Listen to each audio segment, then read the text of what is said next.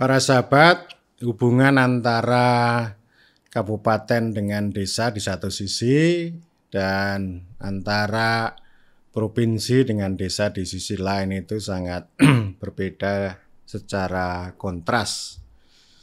Kalau kabupaten ke desa itu kan itu mandatori ya, jadi ada obligatori, ada kewajiban bagi kabupaten untuk mengatur, mengurus secara langsung terhadap desa ya. Apalagi secara hierarkis ini dari sisi teritorial itu ya desa berada dalam wilayah kabupaten.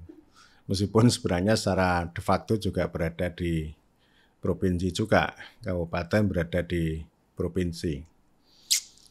Hubungan antara kabupaten dengan desa seperti yang sudah saya bahas itu luar biasa, lebih bersifat birokratik, lebih bersifat ruling daripada empowering gitu. Tidak menarik gitu ya. Sebaliknya hubungan antara provinsi dengan desa itu lebih banyak nihil. Ya nihil itu ya nggak ada apa-apanya gitu. Hanya binwas, pembinaan dan pengawasan. Dan itu banyak tidak dilakukan ya.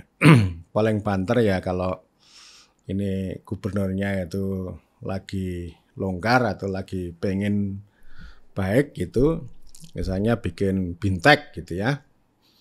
Atau bikin bantuan kecil-kecil gitu. Ya. Dan memang ya karena gubernur itu tidak punya otoritas secara langsung mengatur, mengurus ini ya desa.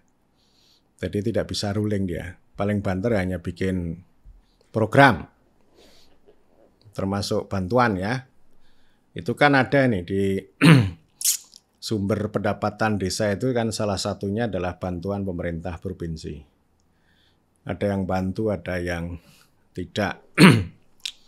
Ada yang dulu membantu pakai program Bahtera Mas gitu ya. Yang katanya 100, prakteknya 50 dan berkurang lalu diledeki orang gitu ya. Bahtera Mas itu bahan tertawaan masyarakat gitu ya. Dulu ada juga yang anggur merah gitu ya. Ada anggur biru, ada anggur merah gitu. Sekarang sudah tidak terdengar lagi. Memang ada pola ini ya, antara gubernur sama kepala desa itu hubungan yang populis.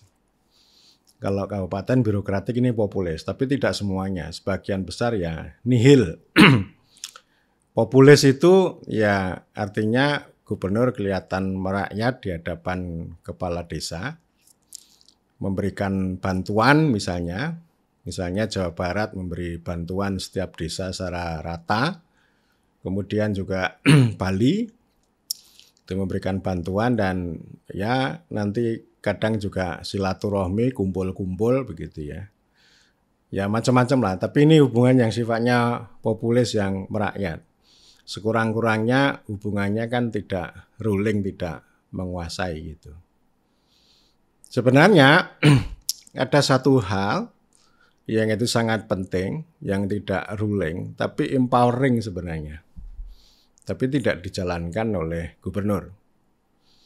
Yaitu berkaitan dengan akses desa terhadap common pool resources. Sumber daya milik bersama.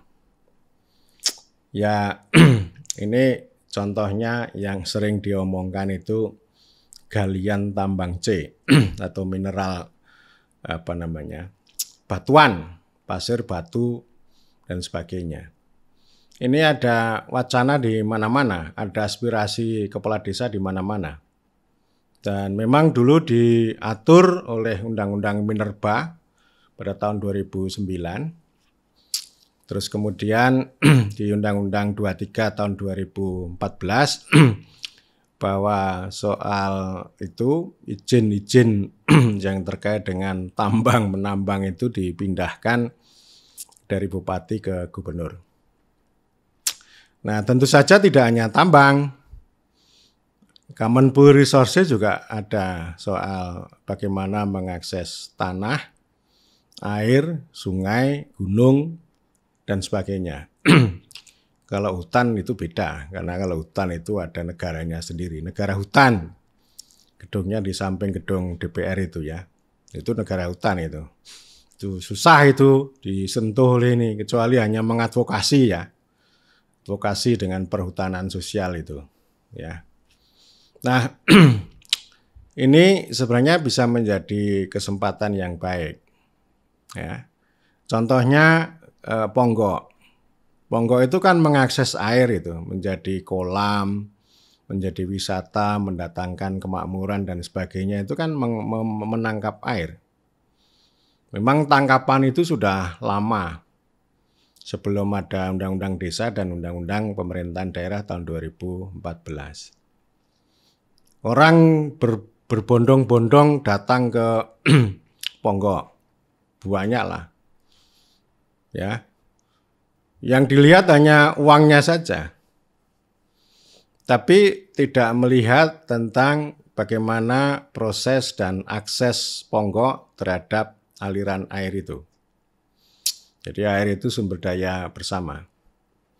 Di Undang-Undang Desa juga ditegaskan bahwa kepala desa itu ya punya kewenangan untuk mengusulkan, meminta itu tadi, sumber daya bersama itu tadi, atau sebagian dari kekayaan negara. Kekayaan negara ini kan bumi, air beserta isinya itu. Ya.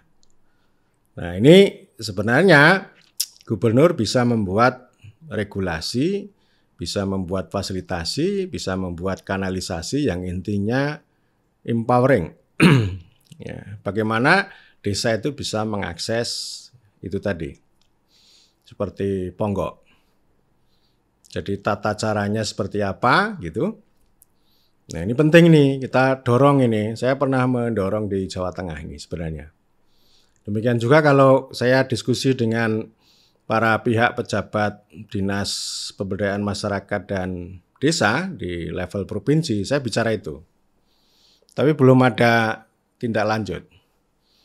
Ya, yang paling gampang gubernur itu ngasih uang. Ya. Itu paling gampang lah, nanti diberikan tujuan khusus ya. Entah itu untuk ekonomi atau untuk apalah gitu ya. Nah, ini ini yang harus menjadi perhatian, artinya ya desa itu tidak hanya sekedar sibuk dengan kewenangan lokal, dengan pembangunan desa, dengan dana desa. Penting untuk akses terhadap sumber daya milik bersama, yang otoritasnya ada di gubernur. Memang ini ada contoh yang saya kira berbeda dan istimewa dibanding dengan provinsi-provinsi lain, yaitu daerah istimewa Yogyakarta. Ini DIY ini menggabungkan, menemukan, mencari titik temu antara Undang-Undang Desa dan Undang-Undang Keistimewaan. Undang-Undang Keistimewaan tentu mengatur ini pasal 18B ayat 1, kalau Undang-Undang Desa kan pasal 18B ayat 2. Ya, jadi Undang-Undang Keistimewaan tidak secara khusus bicara desa. Sebaliknya Undang-Undang Desa bicara desa tapi tidak bicara keistimewaan. Karena ya pada waktu itu tidak dinut ya. Kalau Undang-Undang Desa kan sebenarnya ya, memberikan ruang kekhususan terutama bagi Aceh dan Papua. Tapi DIY tidak disebut karena apa? Karena Undang-Undang Keistimewaan tidak mengatur desa. Nah, karena itu ini berdinamika di DIY, ya. Jadi desa itu punya atau kalurahan ya DIY itu di satu sisi dia sebagai kesatuan masyarakat hukum sesuai dengan Undang-Undang Desa, tapi di sisi lain kepala desa itu sebagai pemangku keistimewaan. Artinya menjalankan tugas penugasan kewenangan di bidang kelembagaan, tanah, budaya dan tata ruang. Di sana lalu ada dana keistimewaan. Nah, ini yang istimewa ini. Kalau daerah lain kan tidak ada dana AIS ya, kecuali Aceh dan Papua ada dana khusus. Kalau Jawa Tengah kan tidak ada. Nah, Ketika peraturan gubernur mengenai kelurahan atau desa ini dibuat, disosialisasikan, saya menemukan semacam protes dari Kulon Progo maupun Gunung Kidul. Keistimewaan kami di mana? Tanah tidak istimewa. Kalau desa-desa di tetangga kita di Jawa Tengah, tanah itu kan jelas milik desa. Kalau tanah desa di DIY itu kan bukan milik desa, tapi miliknya keraton. Istimewanya di mana? Kami nggak diberikan seragam di hari Kamis itu. Ya kita jelaskan keistimewaannya dan itu belum realitas yang masif. Jadi keistimewaan DIY dalam kaitannya dengan desa selain aspek sejarah yang panjang, itu yang pertama adalah ini ya, akses desa atau kelurahan terhadap Sultan Ground. Yang di luar ini ya, kalau yang tanah yang sudah dipakai untuk tanah desa itu sudah lama ya, meskipun itu milik keraton gitu ya. Tetapi ada juga yang di luar itu, yang itu semua tanah itu kalau di DIY itu kan tidak seperti di Jawa Tengah. Kalau di Jawa Tengah atau tempat lain kan tidak bertuan. Kalau di sini sungai apapun itu ya milik ini ya, milik keraton. Nah kelebihannya desa itu bisa mengakses gua, stalagmit, sungai, gunung. Contoh adalah Ngelanggeran, ya, atau Bleberan, lalu Sambirjo yang punya breksi, tebing breksi yang sangat terkenal itu, ya. Itu semuanya adalah Sultan Ground yang bisa diakses. Prosedurnya jelas ya, tinggal orang mengajukan aja ke keraton, nanti akan diurus oleh Paniti Kesmo, otoritas tanah di keraton. Kalau di tempat lain enggak ada ini prosedur semacam itu, tata cara semacam itu enggak ada. Dan ini yang sudah turun-temurun gitu ya. Jadi artinya ya biasalah dalam kerajaan itu kan semua setiap titik, setiap jengkal tanah itu kan milik raja. Desa diberikan kesempatan, diberikan hak untuk mengakses, mengelola itu untuk sebesar-besarnya, dimanfaatkan sebesar-besarnya untuk kemakmuran rakyat. Kalau di provinsi lain kan tidak ada. Jadi desa mau memanfaatkan sungai Serayu di Banyumas itu urusannya bisa panjang lebar. Ternyata tidak hanya ke pemerintah daerah, tapi ke Kementerian PU ya, Direktorat Jenderal Sumber Daya Air. Ya, panjang ini urusannya, dan kalau urusan-urusan akses kayak begitu itu selalu nanti akan ketemu dengan aturan yang disabling, yang constraint, yang membatasi, bukan yang enabling. Nah kalau DIY itu punya tradisi, punya sejarah, punya policy oleh keraton untuk enabling. Ya, bagi desa silakan pakai ya, itu Ngelanggeran memanfaatkan gunung, ya Gunung Api Purba, dan itu kita sudah sampaikan, sudah diskusi panjang lah soal itu. Yang itu tidak bisa dimiliki daerah lain. Itu keistimewaan yang pertama. Keistimewaan yang kedua ya dana es. Ya, dana es sekitar 1,3 triliun. Ini memang agak berbeda, ini modelnya pakai proposal, ini agak beda dengan dana otsus ya. Ya, jadi ini sudah dijalankan secara bertahap. Ya sedikit-sedikit lah. Semula itu teknokratik ya. Wah, saya sebel juga ini dan udah banyak kritik ini. Dana es ini ya kayak inilah melebihi dana desa ya. Ribetnya ya, bukan dana transfer gitu, tapi dana proyek gitu. Yang pada akhirnya juga plunglap. Selain ini plunglap itu ya sini masuk sini keluar sini ya, nggak membekas gitu ya. Juga tidak adil. Misalnya di Bantul ada 75 desa atau kelurahan yang dapat 31 karena budaya tadi ya. Sementara yang 44 karena tidak punya ciri khas budaya lalu tidak dapat. Padahal kan juga punya tanah, ya. Tanah itu tadi ya, kayak Ngelanggeran itu. Tempat-tempat lain protes, Gedang Sari misalnya, ya nggak punya budaya. Oh, kami nggak punya budaya, tapi kami butuh air, butuh kemakmuran, ya nggak dapat dana es. Gitu. Lalu dana es itu dibikin proyek-proyek, ya, desa Prenur, desa apalah gitu ya. Nah ini yang nggak menarik.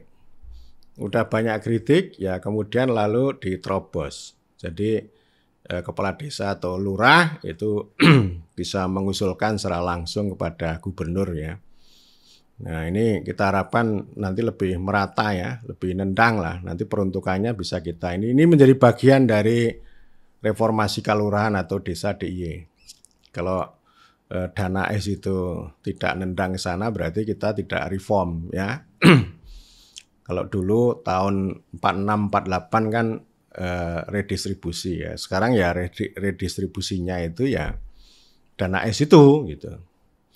Nah, saya bolak-balik mengatakan ya dari awal 392 desa atau kelurahan. Ini kan cara gampangnya itu ya 392 miliar. Itu cara gampangnya aja. Tapi merata dulu lah, adil dan merata gitu ya. Ini keistimewaannya di sana. Tapi harus dikaitkan antara akses tadi ya dana es selain untuk budaya, tapi budaya penting untuk diperluas maknanya, tidak hanya urusan ketoprak seni itu penting, tapi tidak cukup gitu ya. Nah, maksud saya antara dana es sama akses itu disambung. Jadi akses terhadap sumber daya bersama tadi. Ya, seperti pengalaman di Sambirjo, Bleberan, atau di Ngelanggeran. Ya memang tidak semua seperti itu ya. Bisa juga nanti ya dana es itu untuk yang orang miskin yang sudah dibicarakan itu ya. Nanti udah itu nanti rekayasa para punggawa, para pejabat itu. Tapi poin saya DIY itu selalu menjadi pelopor. Memang kalau soal gerakan-gerakan menegosiasi pusat DIY itu tidak hadir. Tapi kalau soal pemikiran, soal pengalaman yang baik, DIY harus menjadi contoh. Seperti tadi Sambirjo, Breksi, ada Panggungarjo, ada Ngelanggeran, itu kan jadi contoh. Menteri Dalam Negeri ya selalu mengutip itu, menceritakan tentang ini. Nah ini itu keistimewaan juga ya. Nah keistimewaannya lagi-lagi terletak pada tadi akses ya desa terhadap Sultan Ground, terhadap sumber daya milik bersama. Sehingga ini penting untuk dikaitkan antara dana es ini bisa menjadi sebuah capital, sebuah modal yang itu digunakan untuk mendukung empowering ciri khas desa. Ciri khas dong, bukan label. Kalau label kan desa Prenur, desa apalah, saya nggak begitu tertarik kalau soal label. Tapi keunikan, keragaman, ciri khas ya, yang itu nanti akan terkait dengan akses desa terhadap sumber daya pemerintah daerah istimewa Yogyakarta ya. Nah, saya sekaligus juga mendorong di provinsi lain gitu. Jadi memperhatikan itu ya. Jadi tidak harus kasih bantuan ya. Bukan berarti bantuan dihentikan, tetapi maksud saya antara bantuan uang dengan akses desa terhadap sumber daya milik bersama yang menjadi otoritas gubernur ini perlu dihadirkan. Itu akan ini ya. Insya Allah niscaya akan memberikan manfaat sebesar-besarnya untuk kemakmuran rakyat melalui tangan desa.